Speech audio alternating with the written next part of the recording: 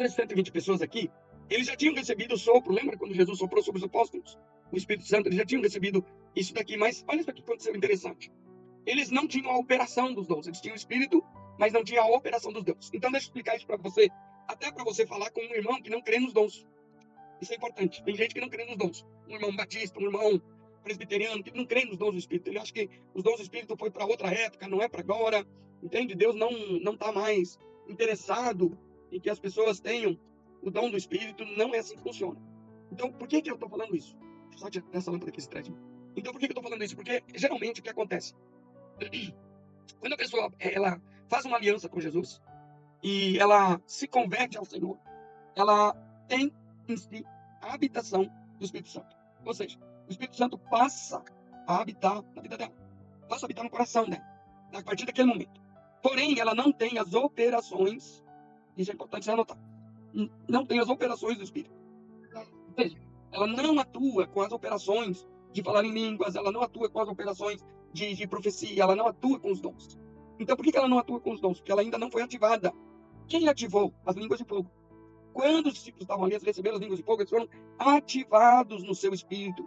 E a partir dali, os ministros, os discípulos, começaram a ordenar por imposição de mãos os dons. Então, os dons, ele é passado de um para outro. Veja, os dons que eu tenho, ele pode ser ativado na vida da outra pessoa. Não o mesmo dom, mas um dom diferente, pode ser ativado na outra pessoa, porque já foi ativado na minha vida.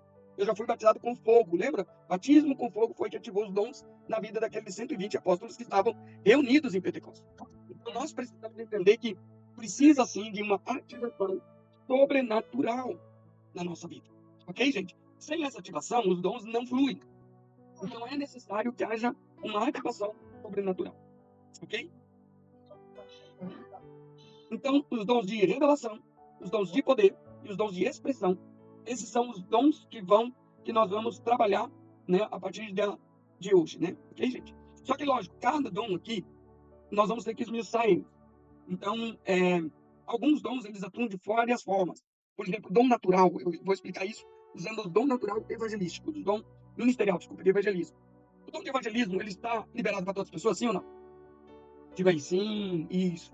Por quê? Porque ele não é um dom, ele é um mandamento também.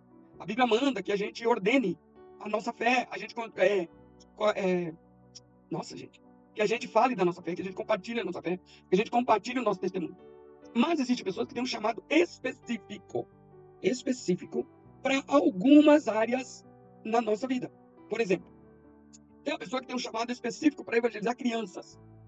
E hoje aqui na nossa reunião de líderes foi tremendo, porque 85% das pessoas que se convertem e permanecem no evangelho na vida adulta se converteram entre 5 e 14 anos, na idade infantil e adolescência. Essa é a idade que nós temos que atuar como igreja de Cristo. E sabe na vida adulta, quantos se convertem na vida adulta? Somente 3% das pessoas se convertem na vida adulta. Mas a igreja trabalha para que tipo de público? Nós, como igreja, trabalhamos para qual público? Qual é o nosso público-alvo na igreja? Os adultos. Mas os adultos são os que menos convertem. Quem mais se converte é de 10 a 14 anos, é essa faixa de idade. E nessa faixa de idade, muitas vezes nós não temos nenhuma programação, não temos nada para alcançar os nossos adolescentes. E por isso estamos perdendo uma geração inteirinha está sendo perdida, porque nós não focamos no evangelismo de adolescentes e crianças. E nós precisamos trabalhar nisso. E uma coisa muito importante, que o reino de Deus precisa acordar, que o evangelista ele não é só de criança, tem o evangelista de 1 a 1, tem o evangelista de multidões, tem o evangelista que trabalha só nos hospitais, aquela pessoa que ela tem um chamado para o hospital. Então nós estamos entendendo que cada pessoa tem essa modalidade diferente. E quando nós vamos trabalhar aqui nos dons, nós vamos ter que destrinchar os dons. Porque os dons não é uma coisa só. O dom ele tem variações do dom. Não sei se vocês vão entender. Até o final de semana vocês vão entender bem.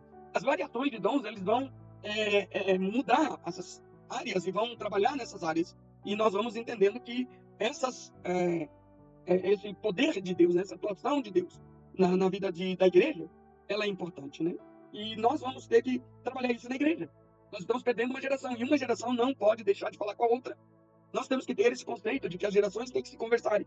Então não é só uma questão de poder, não é só uma questão de dons, mas é uma questão de estratégia. Nós, como igreja de Cristo, temos que ser estrategistas. Nós precisamos ser estrategistas, né? Entende? E é muito bom, Luiz, que vocês têm o Creio Kids, né, nesse trabalho, porque, gente, nós estamos investindo, muitas vezes, numa geração errada.